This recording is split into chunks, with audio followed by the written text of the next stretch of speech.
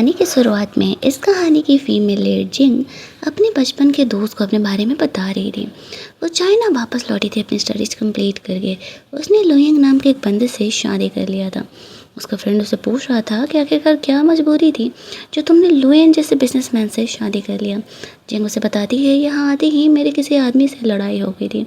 उस लड़ाई के चक्कर में मैं जैसे ही वहाँ से निकली तभी वहाँ पर एक बड़ा सा वेस मुझसे गिर करके टूट गया और वो वेस जो था वो 40 मिलियन का था और वो वेस लुयिंग का था। मेरे पास इतने पैसे तो थे नहीं कि मैं लुयिंग को चुका सकूं और लुयिंग को असल में एक वाइफ चाहिए थी अपनी फैमिली वालों को डील करने के लिए। तो उसने मुझे अपनी कॉन्ट्रैक्ट वाइफ बनने का ऑफ़र दिया। मेरे पास फ़िलहाल उसे हाँ कहने के अलावा और कोई ऑप्शन नहीं था। दैट्स वाई मैंने उससे शादी करने के लिए हाँ कह दिया है। अब उसका फ्रेंड उससे कहता है, लेकिन तुम्हें लुयिंग के पास्ट के बारे में तो पता है ना, और कितना ज़्यादा रूथलेस है। उसने अपने डैड को ही अपने घर के कमरे में कैद करके रखा हुआ है, वो उन्हें वहाँ से निकलने नहीं देता है। जिंग उसे कहती है, हाँ ये रूमर्स तो मैंने भी उसके बारे में सुने हैं, लेकिन अब मैं क्या ही कर सकती हूँ। अगले दिन दोनों शादी का सर्टिफिकेट लेने के लिए जाते हैं, जहाँ पर कि सिंह बहुत ही ज़्यादा ऑकवर्ड थी। उसे उसके दोस्त के बताए हुए सारी बातें याद आ रही थी और वो लुयिंग को बहुत ज़्यादा ही रूथलेस इंसान समझ रही थी। शादी का सर्टिफिकेट वगैरह लेने के बाद लुयिंग जिंग को अपने घर ही शिफ्ट होने के लिए बोलता है और जिंग भी उसे मना नहीं करती है, क्योंकि वो दोनों लीगल कपल है। वैसे तो वो दोनों अपने इस रिलेशनशिप को हाइड करके रखने का डिसाइड करते हैं। अगले दिन जिंग को लुयिंग के घर जाना था और रात में अपना सामान पैक कर रही थी। वहाँ पर वो ऑनलाइन अपने एक फ्रेंड से बात कर रही थी, जो कि पिछले 7-8 सालों से वो उससे बात किया करती थी। उस लड़के को जिंग के बारे में सब कुछ पता था, दोनों वीडियो कॉल्स भी किया करते थे, लेकिन जिंग को उस लड़के के बारे में ज़्यादा कुछ बातें नहीं पता थी। उसने तो उसका फेस भी नहीं देखा था। जिंग एक हैकर है, हमें यहाँ पर उसके टैलेंट के बारे में पता चलता है और उसे बैम्बूस बहुत ज़्यादा ही पसंद है। सब कुछ उसके घर में उसने बैम्बू से ही रिलेटेड रखा हुआ है, लेकिन हमें पता चलता है वो लड़का जिससे कि वो बातें करती है वो कोई और नहीं, लुयिंग ही है। यानी कि लुयिंग कई सालों से जिंग से प्यार करता है और उसे ये मौका मिला तो उसने उसे जाने नहीं दिया। वहीं दूसरी तरफ जिंग अपना छोटू सा ट्रॉली और अपने साथ अपना ये फेवरेट सॉफ्टवेयर लेकर के लुयिंग के घर जाती है।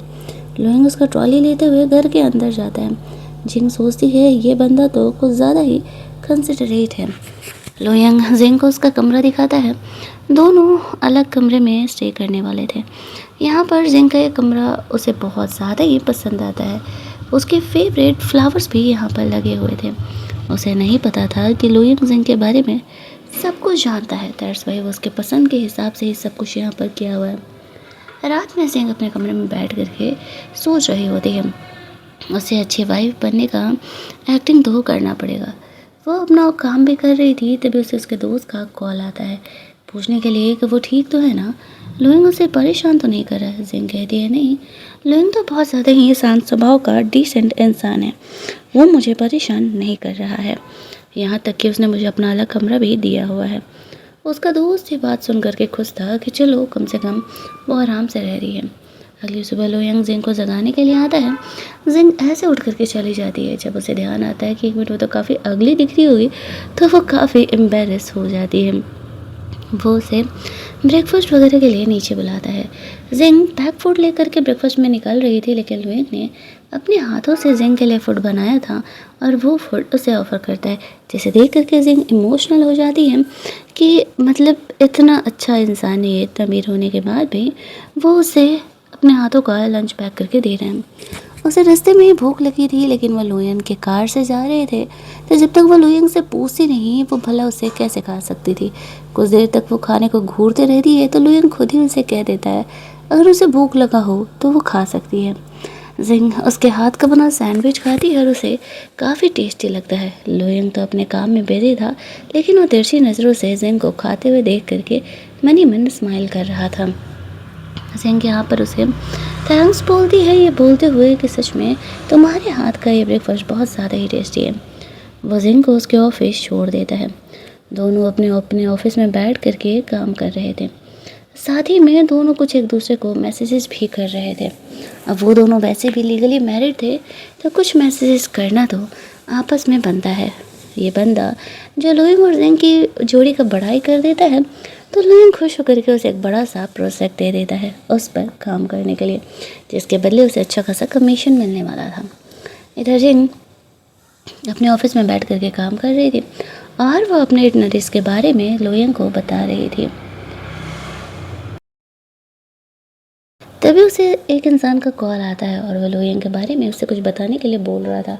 जिंग यहाँ पर लुइंग से मैसेज में पूछती है, तो वो कहता है कि हाँ ठीक है, वो अगर तुमसे मिलना चाहता है तो चली जाओ। तो वो वहाँ से निकलती है उस इंसान से मिलने के लिए।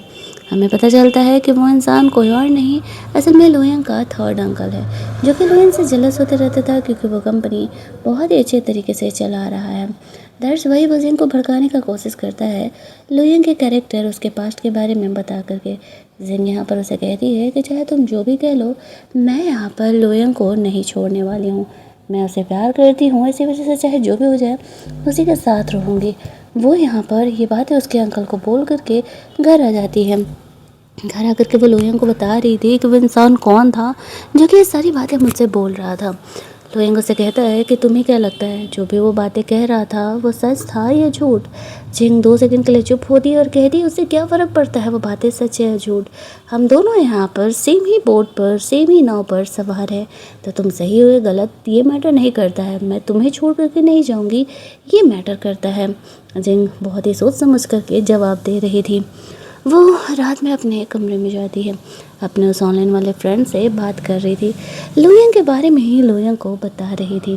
लुइंग बहुत कामली ये सब कुछ प्लान किया हुआ था ताकि जिंग उसके लाइफ से अलग ना हो जाए। अगले दिन जिंग अकेले निकलने का कोशिश कर रही थी। लुइंग उसे कहता है कि मैं ही छोड़ देता हूँ। जिंग उसकी मस्त मस्त वाली बॉडी को ताड़ते रहती है। वो सोचती है यार ये बंदा इतना हॉट है, भला मैं कब तक ही कंट्रोल कर पाऊँगी, बट फिर खुद को रोक लेती है। अगले दिन हम लोग देखते हैं कि लुइंग अपने ऑफिस में था। वो जिंग को आज वो क्या करने वाला है वो सारी बातें बता रहा था। तभी उसके अंकल आ जाते हैं। लुइंग उसके अंकल के सारे शेयर्स ले लेता है, ये कहते हुए कि आपने जिंग को परेशान किया और जिंग को परेशान करने का पनिशमेंट तो मिलेगा। जिंग ऑफिस से घर जाती है। लुइंग ने उसके लिए डिनर बनाया था और वो उसे काफ़ी प्यार से जिंग कह के पुकार रहा था। अब जिंग कंफ्यूजन में थी कि ये बंदा करना क्या चाह रहा है। रात में वो अपने कमरे में उस ऑनलाइन वाले फ्रेंड से बातें कर रही थी। अगले दिन वो अपने मॉम डैड से मिलने के लिए जाती है। उसके मॉम डैड को पता था कि जिंग का नया नया बॉयफ्रेंड बना है। पूछने पर कि वो कहाँ है तो जिंग बहाना कर देती है कि वो काम में बिजी है, वो फ़िलहाल नहीं आ पाया। यहाँ पर उसके मॉम डैड डम्पलिंग बना रहे थे और उन्हें जिंग की फिक्र थी कि कहीं उसे कोई फ्रॉड लड़का ना मिल गया हो। लेकिन उसके फादर चेक करते हैं कि ये जो वाइन जिंग गिफ्ट के तौर पे लेके आई है वो असल में बहुत ही महंगा है। वो लोग जिंग से पूछने लगते हैं कि कहीं वो कुछ गलत तो नहीं कर रही ना, इतना महंगा वाइन भला उसका बॉयफ्रेंड कैसे ही गिफ्ट करने के लिए दे सकता है। जिंग सोचती है कि ये लुइंग भी ना इतना महंगा वाइन देने की क्या ही ज़रूरत थी। वो अपने पेरेंट को कहती है कि ऐसा कुछ भी नहीं है, उसका बॉयफ्रेंड जो है वो एक अच्छा इंसान है और उसने शायद ये फेक खरीदा हो आप लोगों को इम्प्रेस करने के लिए। वो लोग जब साथ में खाना खा रहे थे तब लुइंग के बारे में न्यूज़ चल रहा था। उसके फादर कहते कि काश मेरी बेटी का भी हस्बैंड ऐसे तरीका का अमीर, लॉयल और हैंडसम होता। बेचारे जिंग को तो खांसी ही आ जाती है। रात में उसे लुइंग का कॉल आता है। वो अपने पेरेंट को सुनाने के लिए साइड में जाकर के बात करने लगती है। जहाँ पर कि वो लुइंग को बहुत ही प्यार से बात कर रही थी, तो वो समझ जाता है कि जिंग यहाँ पर अपने पेरेंट को ये बातों को सुना रही है।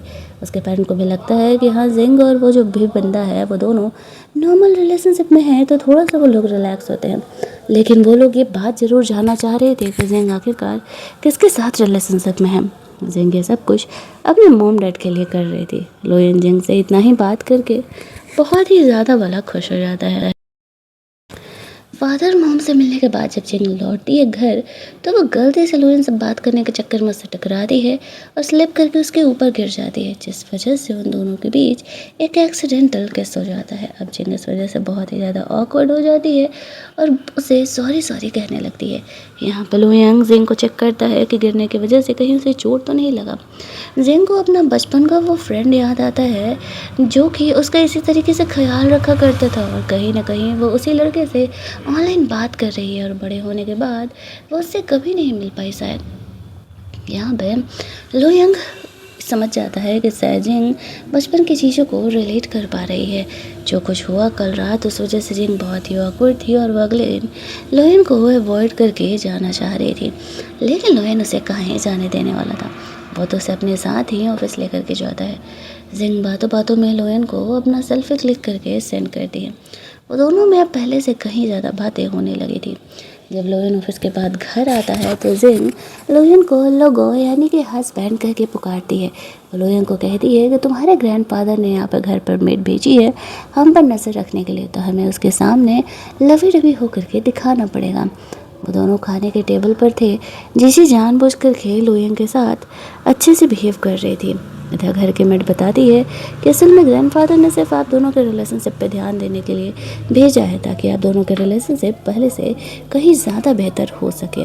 अब यहाँ पर लोयंग से कहता है लेकिन इन सारे चक्करों में जिन को कोई भी हर्ट नहीं होना चाहिए। इस बात पर उसका कहना था कि नहीं नहीं ऐसा कभी नहीं हुआ। खाने के टेबल पे यहाँ पर जिंग लोयंग का फिक्र कर रही होती है और उसका केयर कर रही थी। यहाँ पर हम लोग देखते हैं जो लोयंग है वो कहता है बस करो, ये उन्हें नहीं बताने वाली है। लेकिन सोचने की बात ये थी कि उन दोनों को एक ही कमरे में रहना पड़ेगा ताकि ग्रैंडफादर को डाउट ना हो। जिंग अपना नाइट ड्रेस लाना भूल गई थी तो वो लोयंग से अपना नाइट ड्रेस उसे वॉशरूम में देने के लिए बोलती है। बेचारा लोयंग जैसे तैसे करके अपने इमोशंस को कंट्रोल करता है। रात में दोनों यहाँ पे फ्रेशन अप हो करके सोने के लिए आते हैं। अब जिंग नीचे सोना चाहती थी लेकिन लोयंग उसे कहता है कि नहीं, फर्श पर नीचे सोने की ज़रूरत नहीं है, वो बेड इस्तेमाल कर सकती है। जिंग इस बात को मान जाती है। लोयंग बाहर फ़ोन पर बात कर रहा था। वो ये बैम्बू की चीज़ों को फ़ोटो क्लिक करके अपने ऑनलाइन वाले दोस्त को भेज देती है। दोनों रात में सोने से पहले आपस में बातें कर रहे थे। लोयंग पूछता है कि ये डेटी उसे बहुत ज़्यादा इम्पोर्टेंट है। जिंग कहती है हाँ, वो एक लड़के से बात करती है 7-8 सालों से वो ऑनलाइन उससे बात करी है। वो इंसान उसके लिए बहुत ज़्यादा ही इम्पोर्टेंट है और बहुत ज़्यादा ही अच्छा दोस्त है। और भले ही वो उसे कभी मिली नहीं है लेकिन उसके लाइफ के सबसे वर्स्ट सिचुएशन में भी उसके साथ था। लोयंग खुश हो जाता है कि चलो कम से कम जिंग कुछ तो सोचती है। अगली सुबह जिंग उठती है तो देखती है कि सारा ब्लैंकेट तो उसी ने ले लिया था पूरी रात। बेचारा लोयंग बस उस टेडी को हक करके सोया हुआ था और उसे ठंडी लग रही थी। लोयंग जगता है तो उसे कोल्ड हो जाता है। जिंग को बताता है कि पूरी रात उसने तो उसे ब्लैंकेट दिया ही नहीं था। अब जिंग उसे सॉरी सॉरी बोलते हुए कहती है कि उसे किसी के साथ सोने की आदत नहीं है, दैट्स वाई उसे ब्लैंकेट शेयरिंग की आदत नहीं है। वो अगले दिन से इस बात का ख्याल रखेगी। बेचारे लोयंग के लिए वो हॉट वाटर वगैरह लेकर के आती है। जिंग ऑफिस जाती है तो लोयन के साथ बिताए वक्त को याद कर रही थी।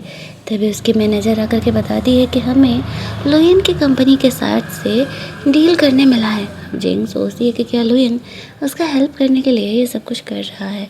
वो अपने फ्रेंड से मिलती है। उसका फ्रेंड उसे बताता है कि वो एक नई कंपनी में या फिर एक नई मूवी में इन्वेस्ट कर रहा है।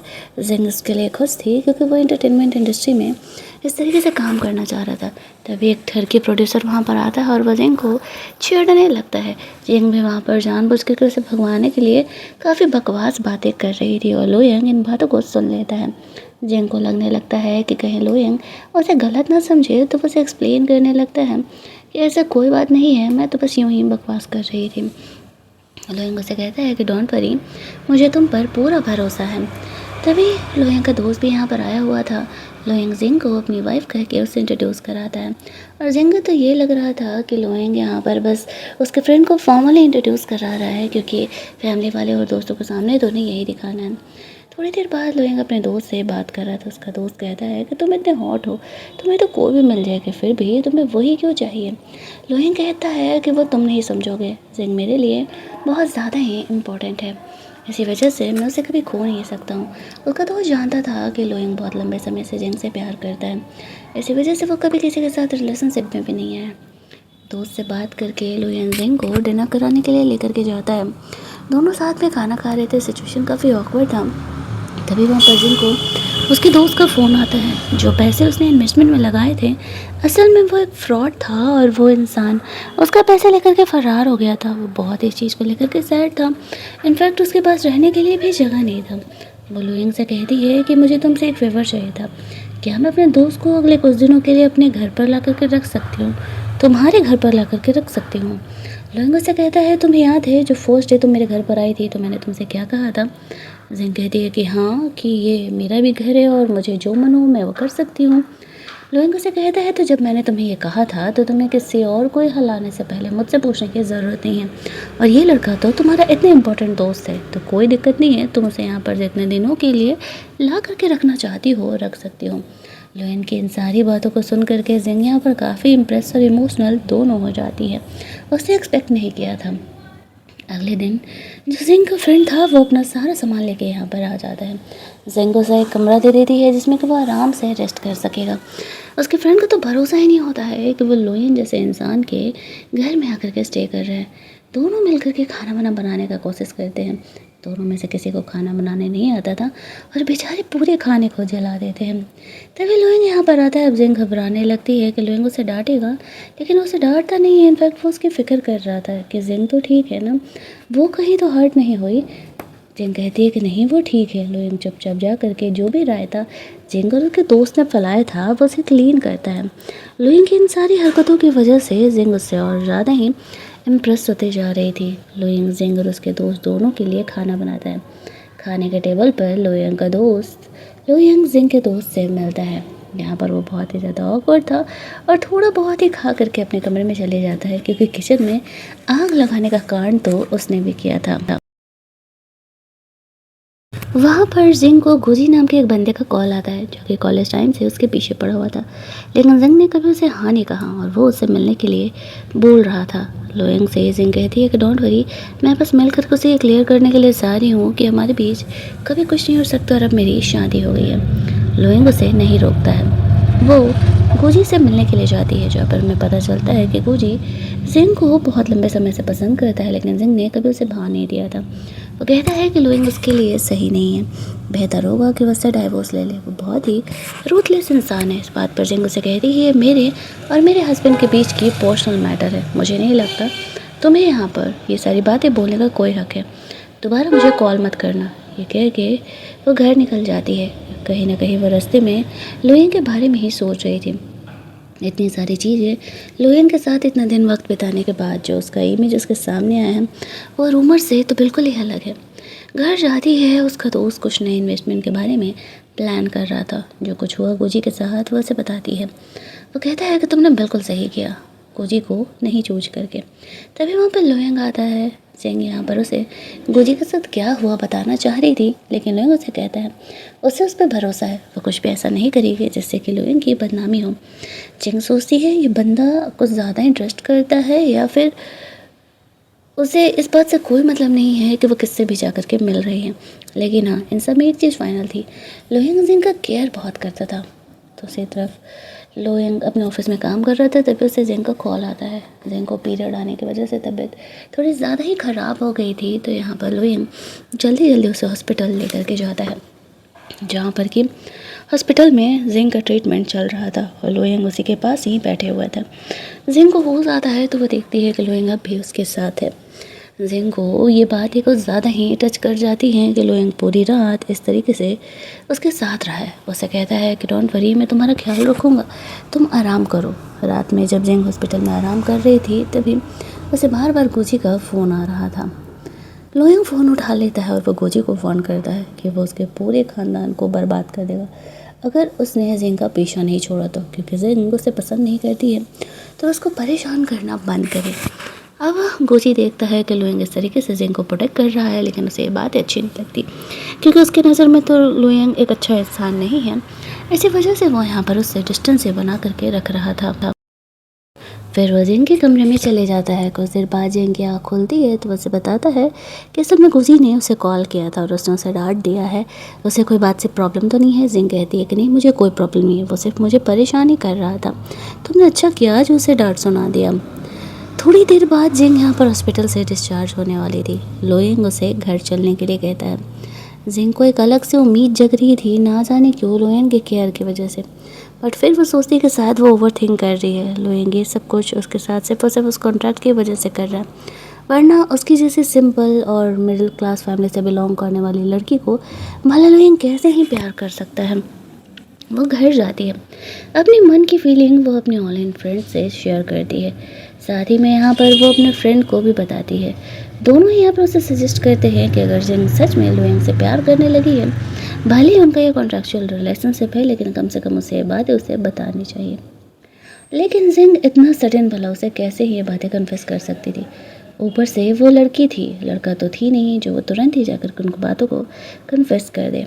अगले दिन वो लोइंग से मिलने के लिए उसके ऑफिस में गए हुए थे। तभी वहाँ पर उसे एक छोटी बच्ची मिलती है जो कि जिंग से टकराती है। वो रो रही थी, आज उसका बर्थडे था, उसे सरप्राइज चाहिए था, उसे मछलियाँ देखना था। उसके मॉम डैड बिजी थे, तो जिंग सामने जो बड़े से स्क्रीन पर डाटा चल रहा था उसे हैक करके कोई मछली का वीडियो चला देती है। लोइंग बिजनेसमैन के साथ वहाँ पर आता है, तो वह जिंग का ये वीडियो देख करके पहचान जाता है कि ये जिंग ने किया है। अब जिंग को तो लग रहा था कि कहीं ये बिजनेसमैन लोग गुस्सा ना करने लगे, इस तरीके से मैंने बड़े से प्रोजेक्टर पर ये मछलियाँ चला दिया है। तो लेकिन लोइंग सिचुएशन को संभाल लेता है। जिंग यहाँ पर आती है, लोइंग से वो पूछ रही थी कि वो बिजनेसमैन ने कुछ बोला तो नहीं ना। लोइंग उसे कहता है कि नहीं, उन लोगों ने तुम्हें कुछ भी नहीं बोला। सबके जाने के बाद वह जिंग के लिए एक प्यारा सा नेकलेस लेकर के आया था जो कि उसे गिफ्ट करता है। हालांकि जिंग को वो नेकलेस बहुत पसंद आता है, लेकिन वो लेने से मना कर रही थी, ये कहते हुए कि नहीं, ये बहुत ही कॉस्टली है, मेरा ऑलरेडी बहुत ज़्यादा ही उधार है, वो इस गिफ्ट को एक्सेप्ट नहीं कर सकती हैं। लोइंग उसे कहता है कि उसे हेजिटेट करने की ज़रूरत नहीं है, उसे जिंग के पर्सनालिटी के हिसाब से बहुत ज़्यादा ही पसंद आया था, इसी वजह से वो जिंग को देने के लिए लेके आई थी। दूसरे दिन हम लोग देखते हैं कि गुजी लोइंग से पर्सनली मिलने के लिए जाता है।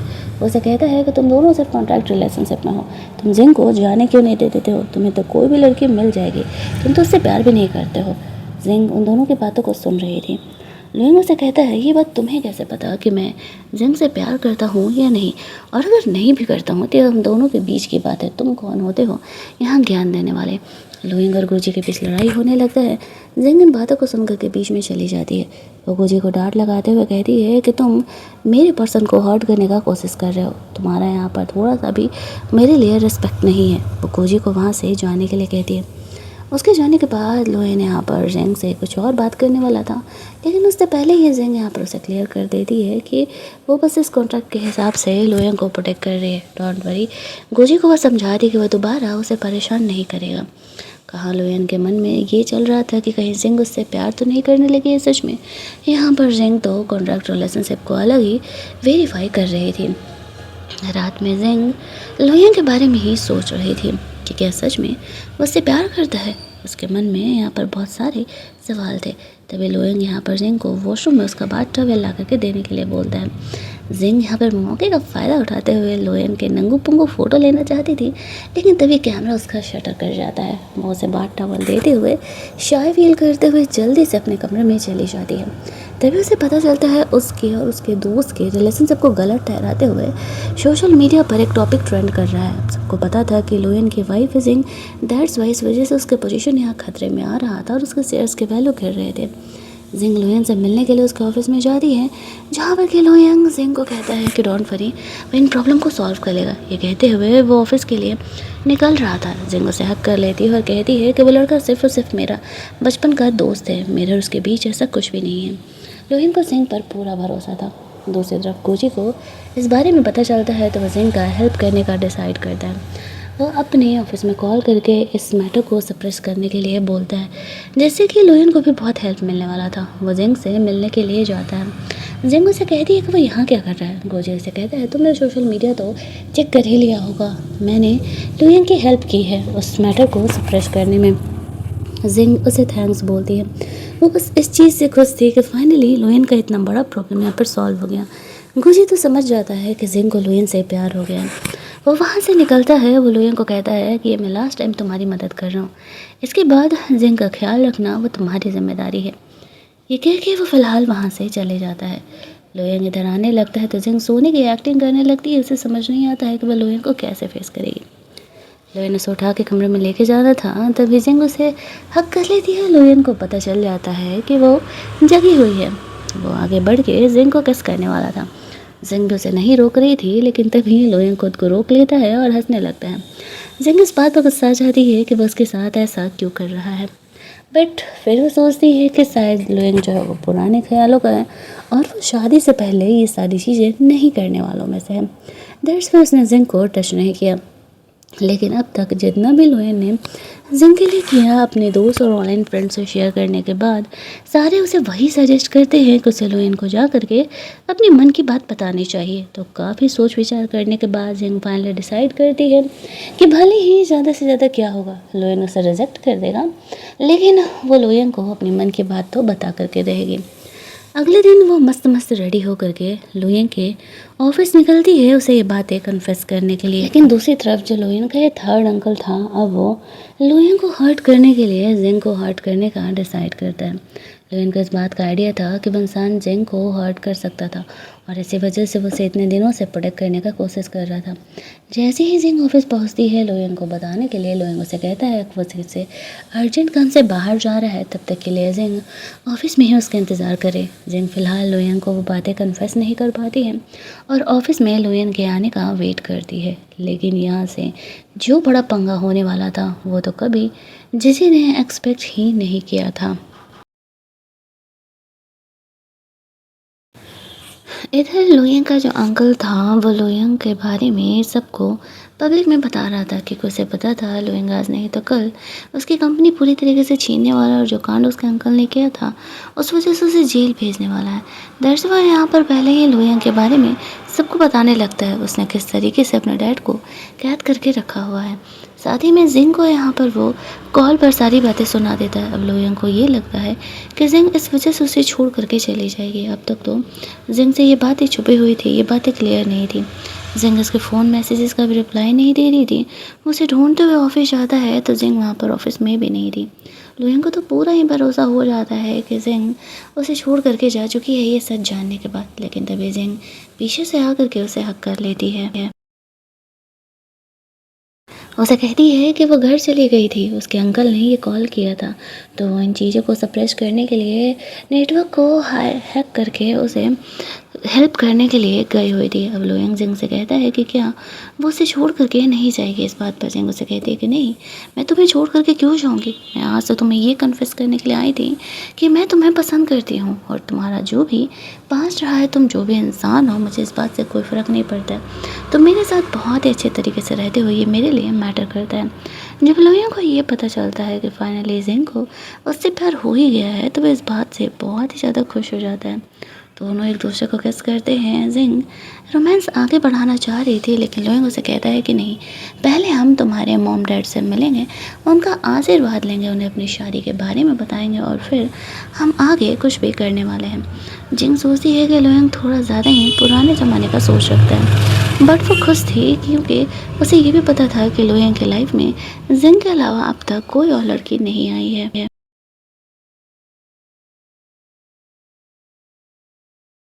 अगले कुछ दिनों तक लुयन और जिंग दोनों डेट पर जाते हैं, जहाँ पर कि जिंग यहाँ पर लुयंग से पूछती है कि क्या वो वेस उसका था जो जिंग से टूटा था। लुयंग उसे बताता है कि नहीं, उस समय तक तो वो उसका नहीं था, लेकिन जिस ऑनर का था उसे पैसे दे करके उसने ख़रीद लिया था।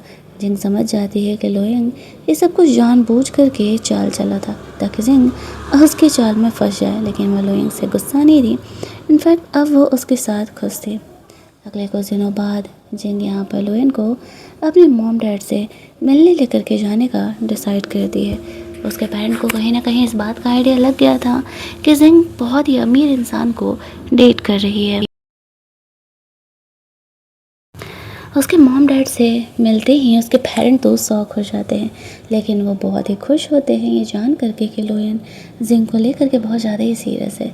लेकिन जब दोनों वहाँ से लौट रहे थे तभी लुयन की कार का बहुत ही बुरी तरीके से उसका जो अंकल था वो एक्सीडेंट कर देता है। लुयन को रास्ते से हटाने के लिए वो कुछ भी करने के लिए तैयार था। लुयन जिंग को बचाने के चक्कर में बहुत बुरी तरीके से इंसर्ट हो जाता है। जल्दी जल्दी उसे हॉस्पिटल पहुंचाया जाता है, जहाँ पर कि उसका सेक्रेटरी आते हुए कहता है कि हमें लुयन के कुछ कंपनी के इंपॉर्टेंट डॉक्यूमेंट चाहिए होंगे, वरना उसका अंकल जो है कंपनी का सीईओ बन जाएगा। जिंग लुयन के कमरे में जाती है, लॉकर ओपन करके उस इंपॉर्टेंट डॉक्यूमेंट को निकालती है। जहाँ उसे ये पता चल जाता है कि लुएन ही असल में उसका वो बचपन का दोस्त है जिसको कि वो ढूंढ रही थी, जो उसे हेल्प किया करता था, उसे प्रोटेक्ट किया करता था। इतना ही नहीं, वो इतने सालों से उसके साथ ऑनलाइन बातें भी कर रहा था। जिंग तो लुएन की हरकत से थोड़ा सा गुस्सा करती है, लुएन से जाती ही है ये बातें कन्फेस करने के लिए। तब तक लुएन को होश आ गया था और वो यहाँ पर जिंग को देख करके समझ जाता है कि उसे सब कुछ पता चल चुका है। जिंग उसे कहती है कि आखिरकार जब वो उसके साथ इतने सालों से था ही, तो वो उससे मिलने के लिए क्यों नहीं आया। इस बात पर लुएन उसे कहता है क्योंकि मैं तब खुद को तुम्हारे लायक नहीं समझता था। मैं अपने लाइफ के बहुत बहुत सिचुएशन से गुजर रहा था। मॉम के गुजरने के बाद एक तुम ही थी जिसे कि मैं खोना नहीं चाहता था।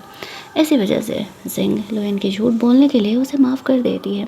यहाँ पर उसके अंकल को जेल भेज दिया जाता है। जो कुछ भी उन्होंने अब तक किया था उस वजह से लुएन और जिंग दोनों एक हो जाते हैं और हमारी ये कहानी हैप्पी एंडिंग के साथ यहीं पर ख़त्म कर दी जाती है। अगर आपको ये कहानी अच्छी लगी होगी तो वीडियो को लाइक और शेयर करना मत भूलना। चैनल को सब्सक्राइब कर लेना ताकि नए वीडियोज़ की नोटिफिकेशन आपसे मिस ना हो। चलिए जल्दी से मिल लेते हैं हम लोग एक और नई कहानी के हिंदी एक्सप्लेनेशन में।